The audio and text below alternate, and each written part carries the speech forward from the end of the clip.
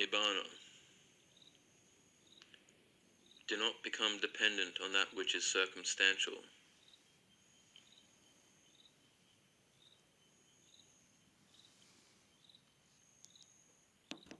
Do not want what is circumstantial.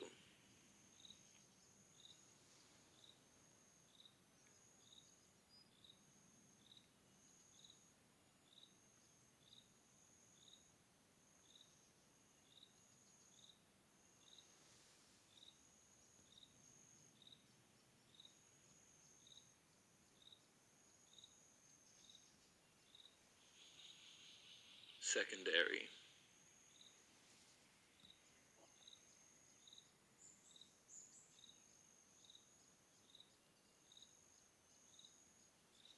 Uncontrollable.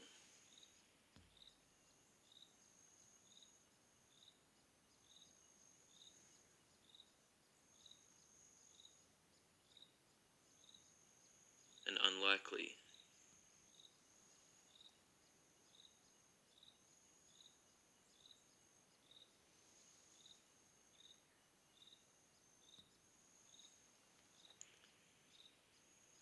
Thus fleeting.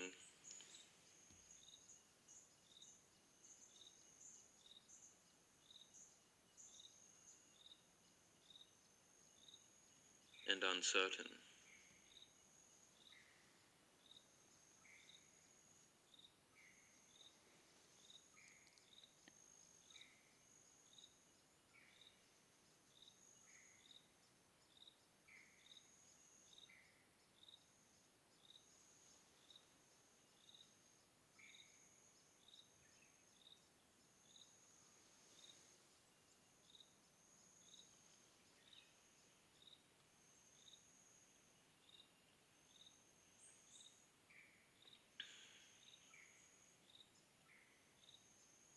Possibilities are uncontrollable.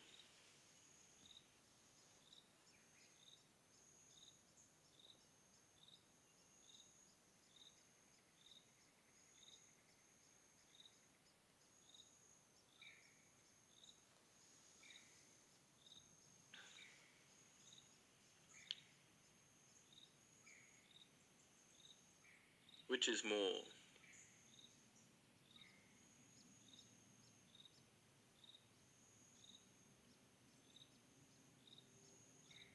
Things you want and like?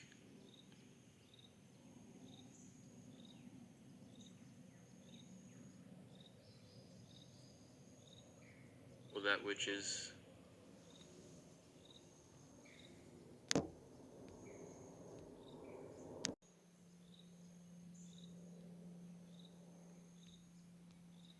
unwanted and unliked?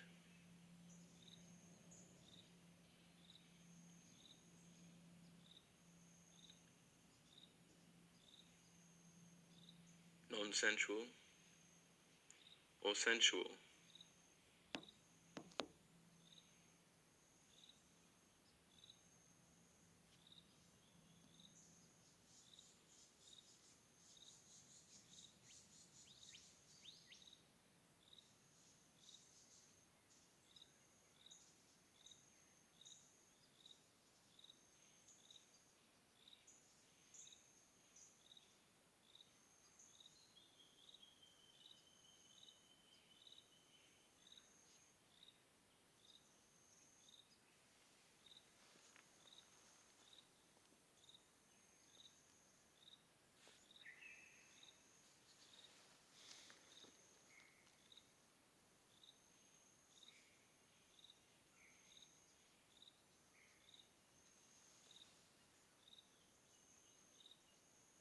Silence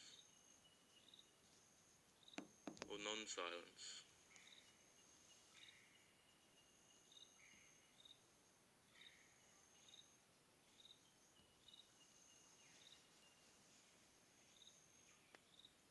You're always not doing sensuality first, more often,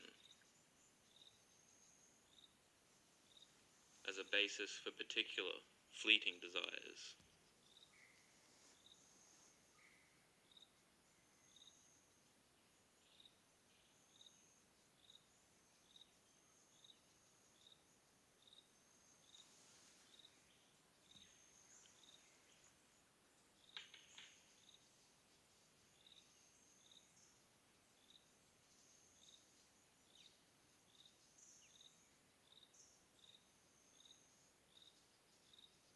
Meditate not for peak experiences, but for taming,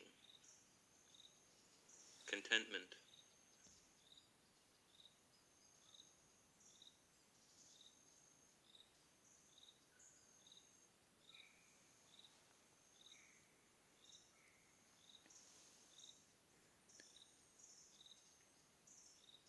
Taming and contentment.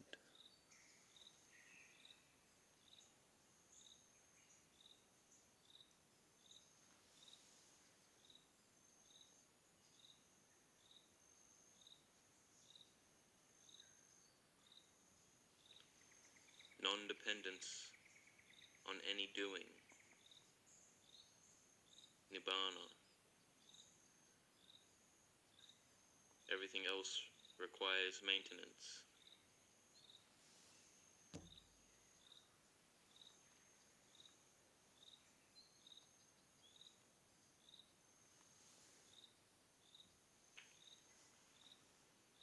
Everything else requires doing.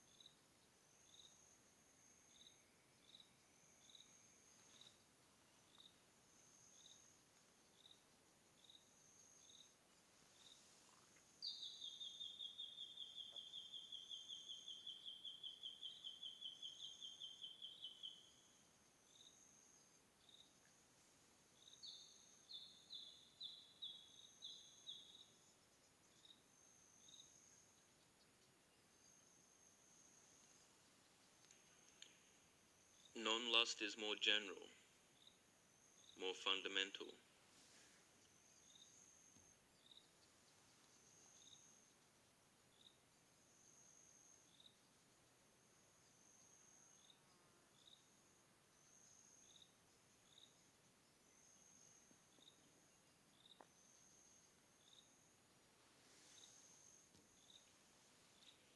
Lust is always particular.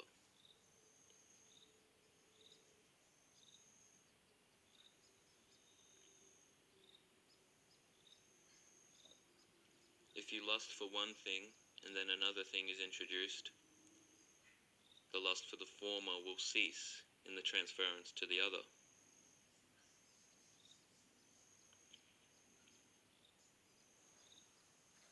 This is endless, and objects of desire are always circumstantial.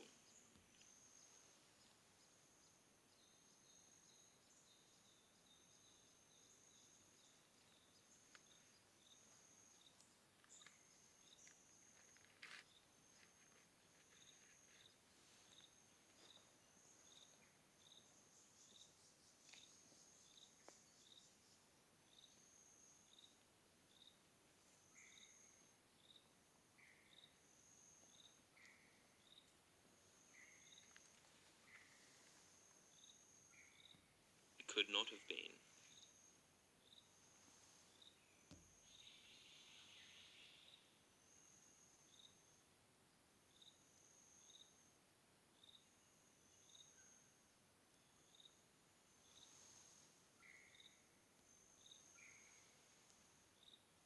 It will not be.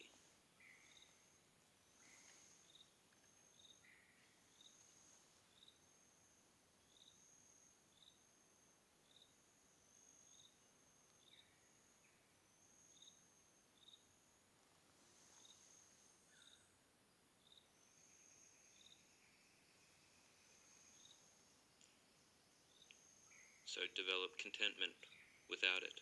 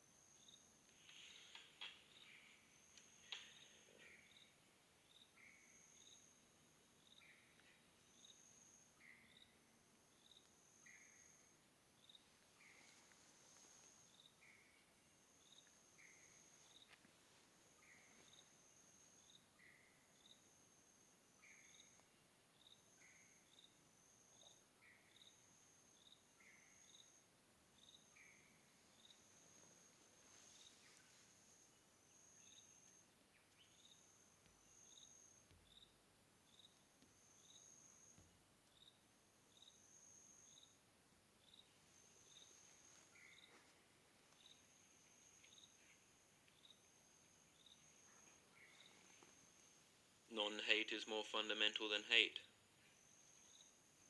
Non-lust is more general than lust. More consistent, more stable. Develop contentment there.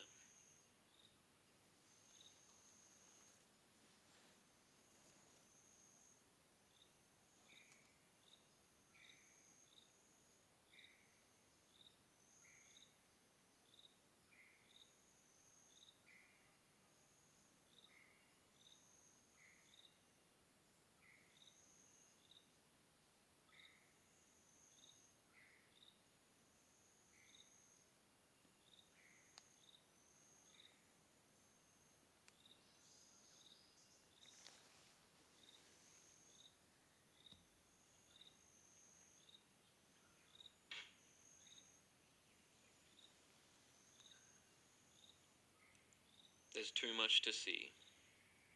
Endless unrest.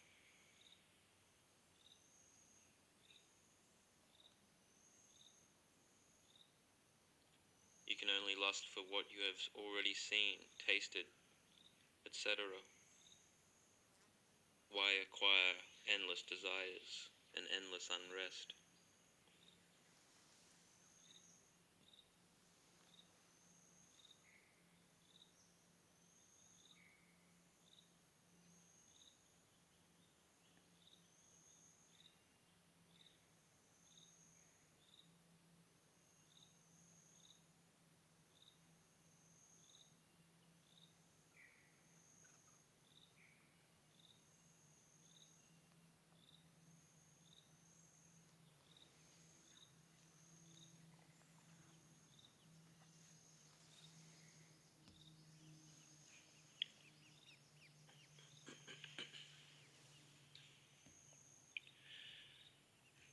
You can satisfy your desires by restraining them, because it returns you to the more general, fundamental state before the desire arose.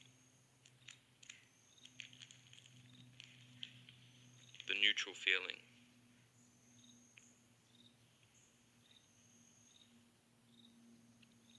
What use is digging a well when there is water everywhere?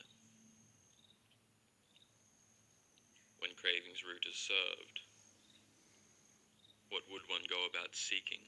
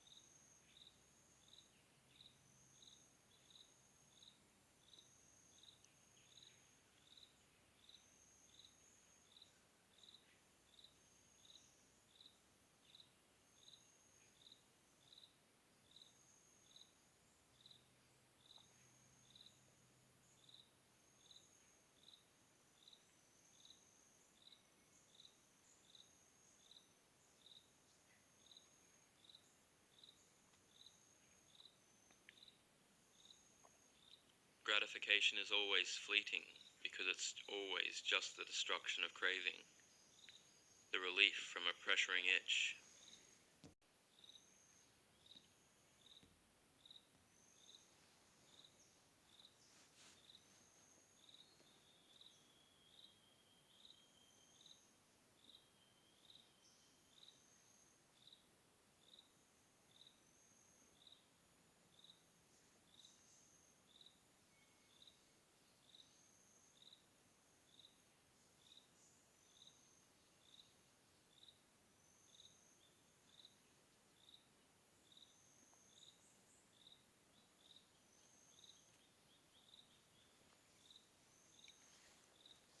understand this with foresight.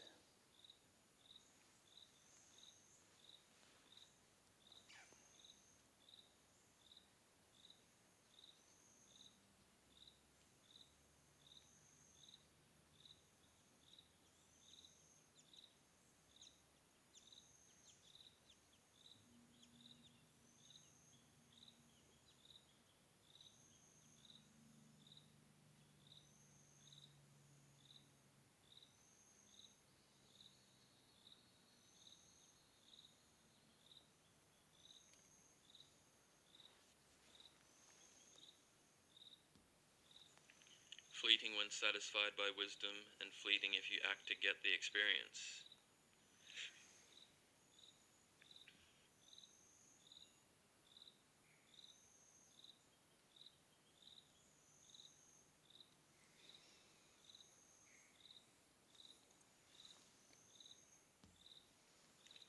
Though the latter insists that the itch lasts longer,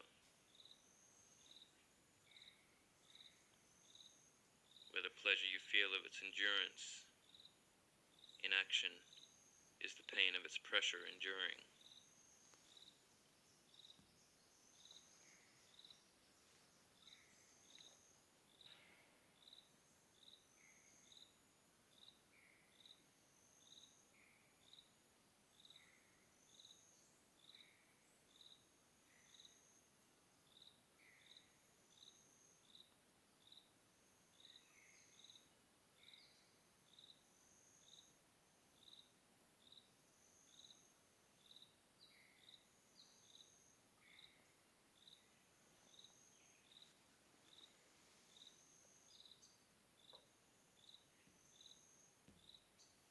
The reason, purpose, requirement to engage is always to put an end to the pressuring thought, itch.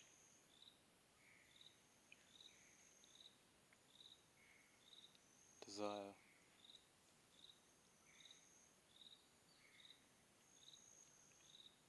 Pressure. The pressure to engage with the body is the itch.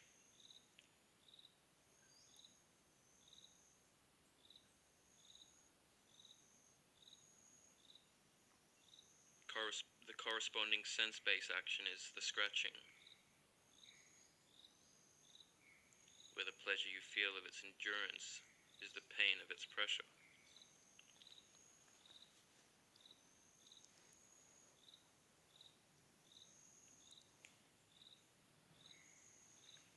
Regardless of the sense object and the diversity of sense objects, they are secondary to the relief from the pressure to engage with the body. Getting any sense object is secondary.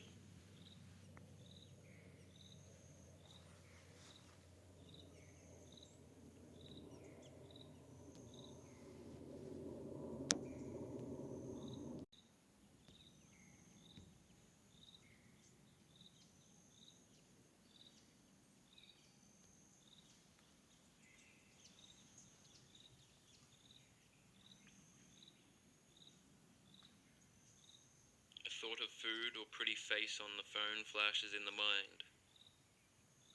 Why then seek out the food or the sight? Because you assume its pleasure before you experience it.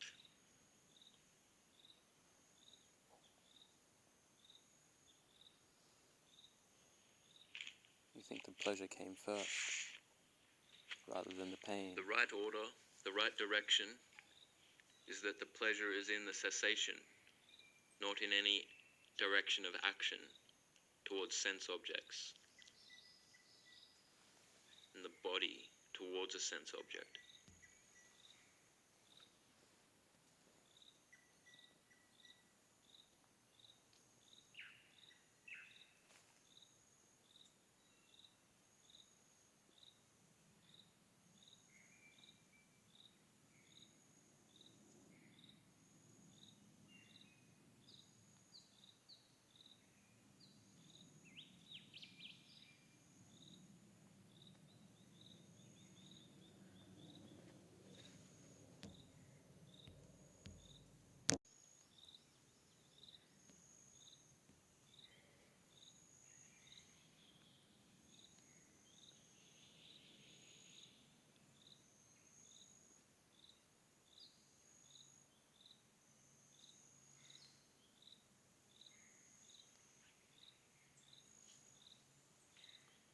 If it's pain first, then it's pain enduring.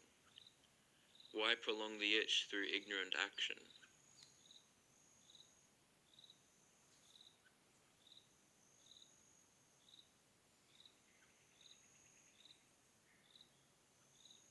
Pain first means cessation is pleasant.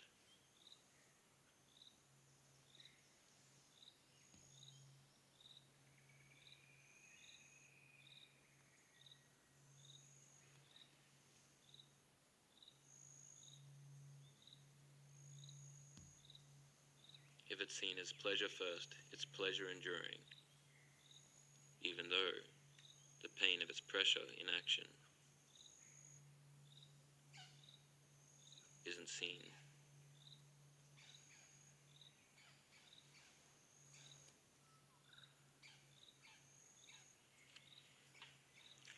Cessation is not in the direction of where it implies, but from whence it came.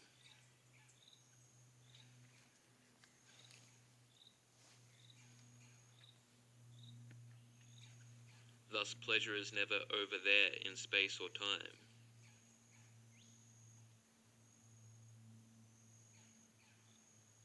Assuming it is requires too much effort. The only delay was an interim of action.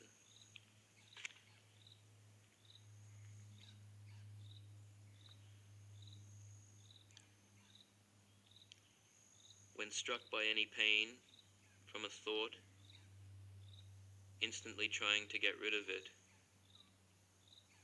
prolongs it when it would cease on its own.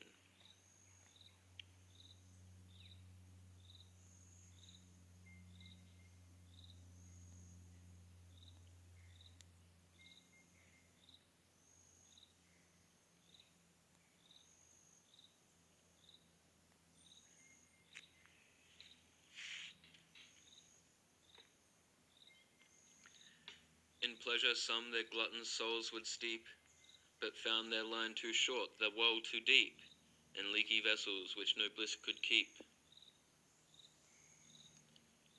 What use is digging a well when there is water everywhere? When craving's root is served, what would one go about seeking?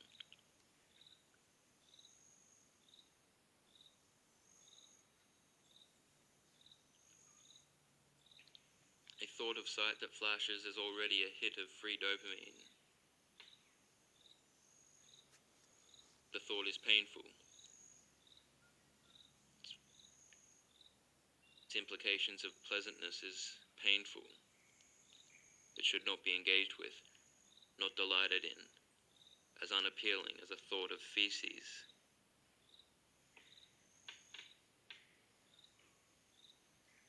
Instantly seen as painful, it is not engaged with and ceases. That is its gratification.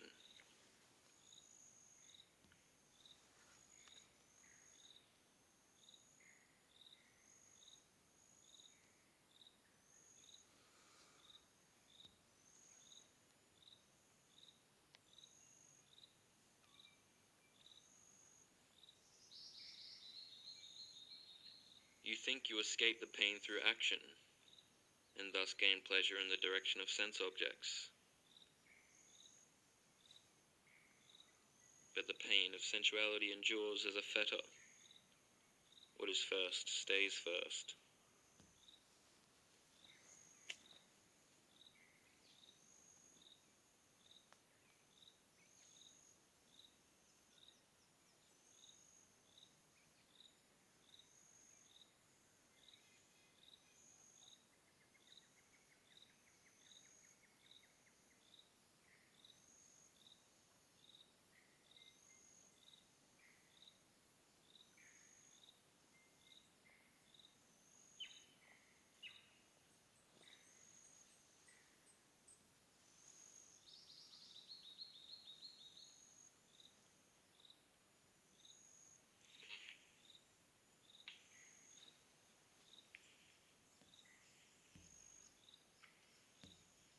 The pressure to act is the itch.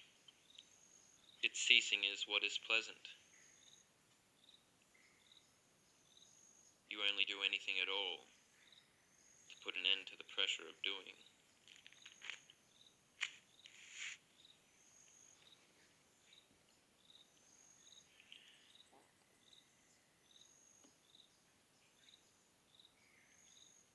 Including the pleasure within the pressure extinguishes the pressure.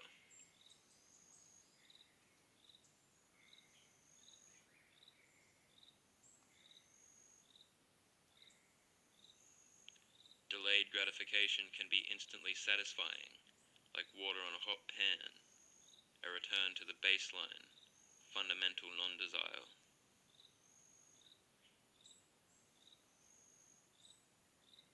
Completely self-contained, a thought satisfies itself without having to do anything.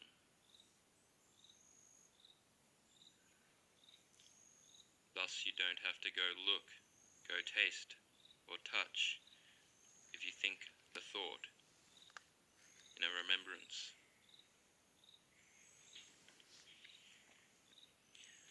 If a thought was already pleasant, you wouldn't act from it.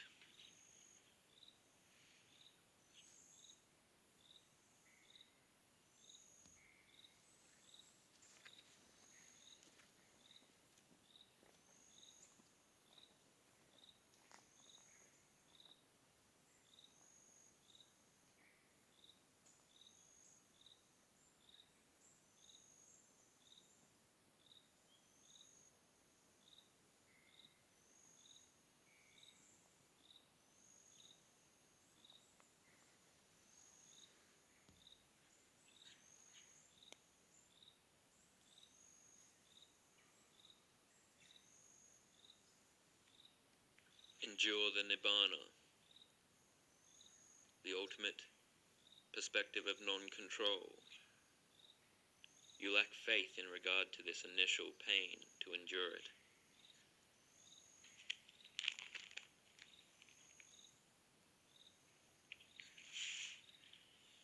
Sankhara anicca, Dhamma anatta.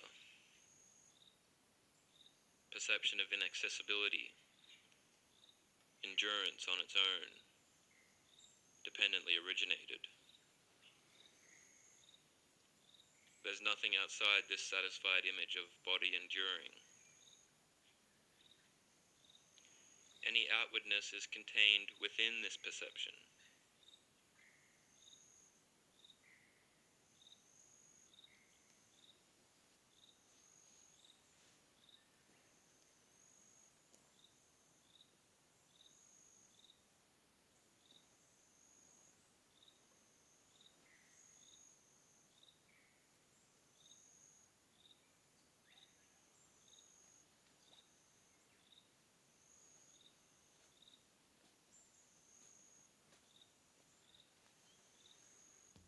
Confined within the senses, all belongs to Mara,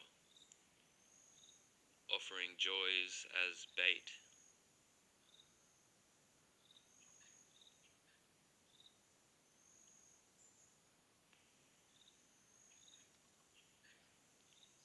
It is because of delighting in those joys that you are confined and hooked.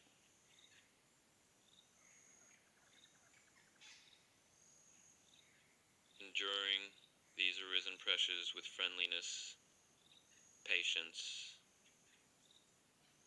contentment, faith in never flinching.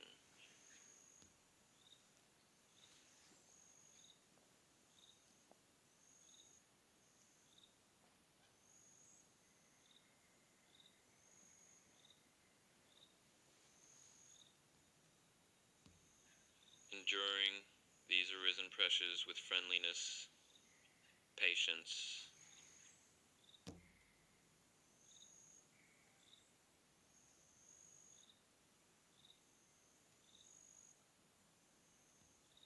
contentment,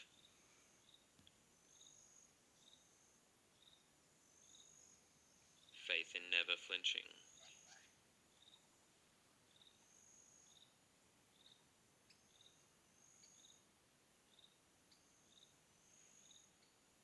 Nothing outside this arisen image enduring first.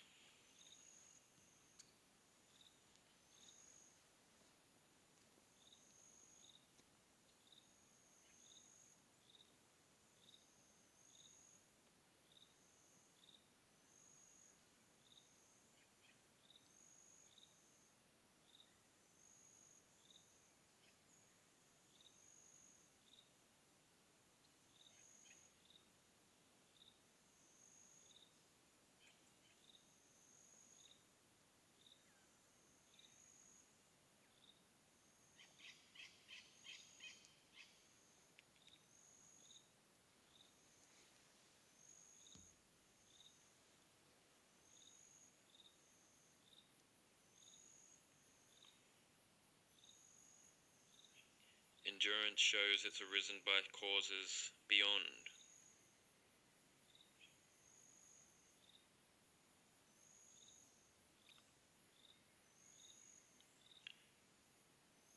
Willing towards the senses is caused by ignorance of the fact that the body is inaccessible to the mind point of view. The eyes and forms are just coming together, and you cannot get between the two, so remain equanimous.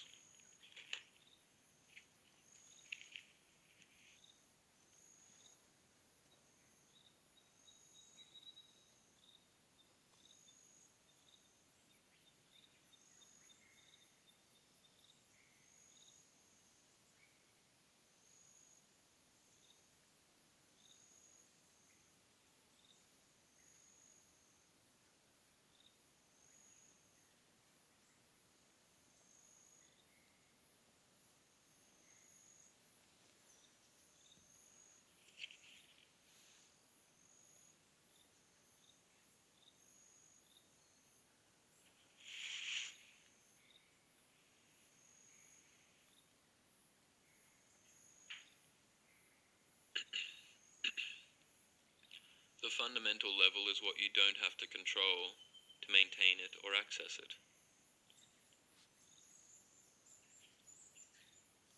Any directionality between mind and matter is conceived within the enduring image, the inaccessible structure of mind and matter.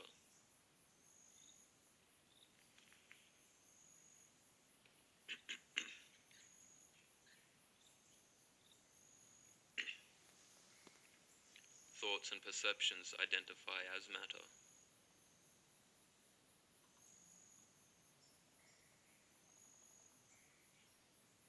Thus elements find a footing in consciousness through assumption.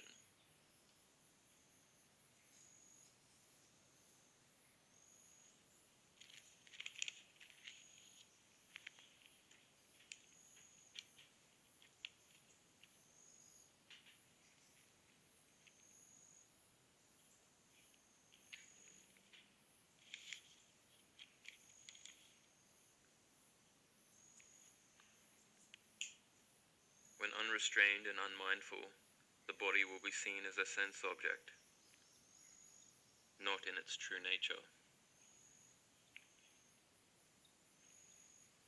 You must and can only discern its true nature, which is a necessary basis, which is beyond your control, inaccessible.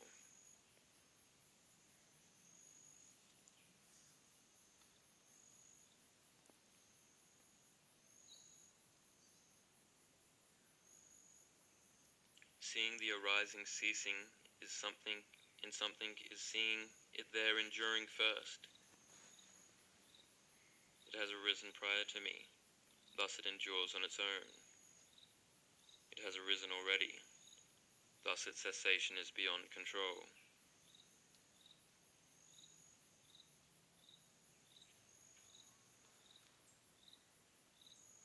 The danger is what takes you away from the quenching.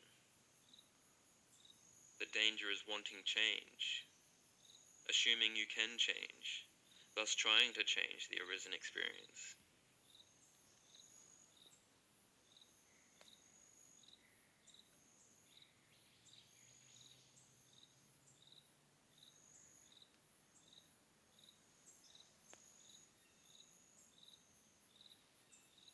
Putting you first before the experience which you are within, which you are included within.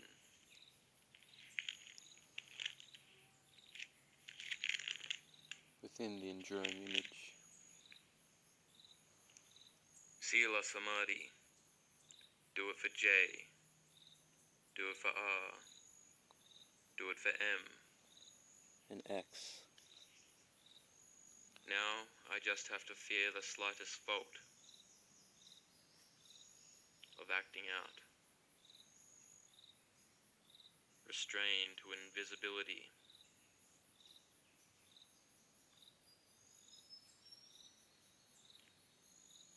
less your sealer leaks, the better your samadhi. Built from the ground up,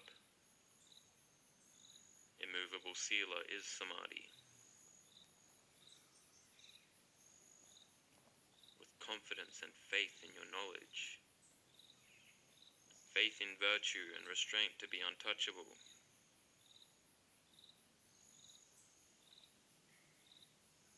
Like Nanda, spiritually or materially, I will win either way, if I am virtuous.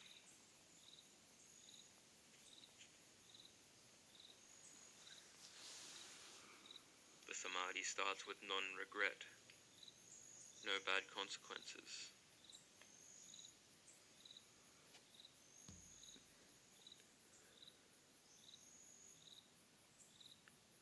Pride. Wholesome pride.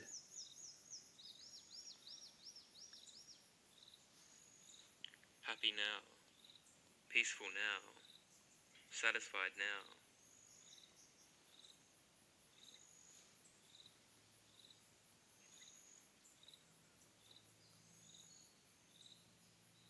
If I cultivate and tame this animal, it will calm down, and my view that I have understood will be fulfilled. My view of freedom amidst confinement. I only suffer because I resist confinement. Live at a restricted threshold of being, and tame the mind there.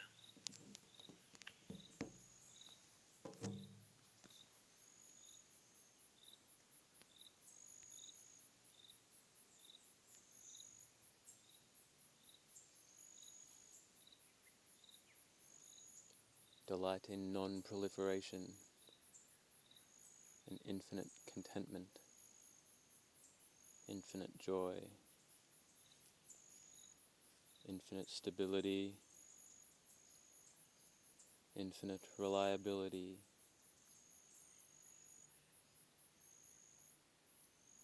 infinite peace, infinite trust. Every heart vibrates to that iron string.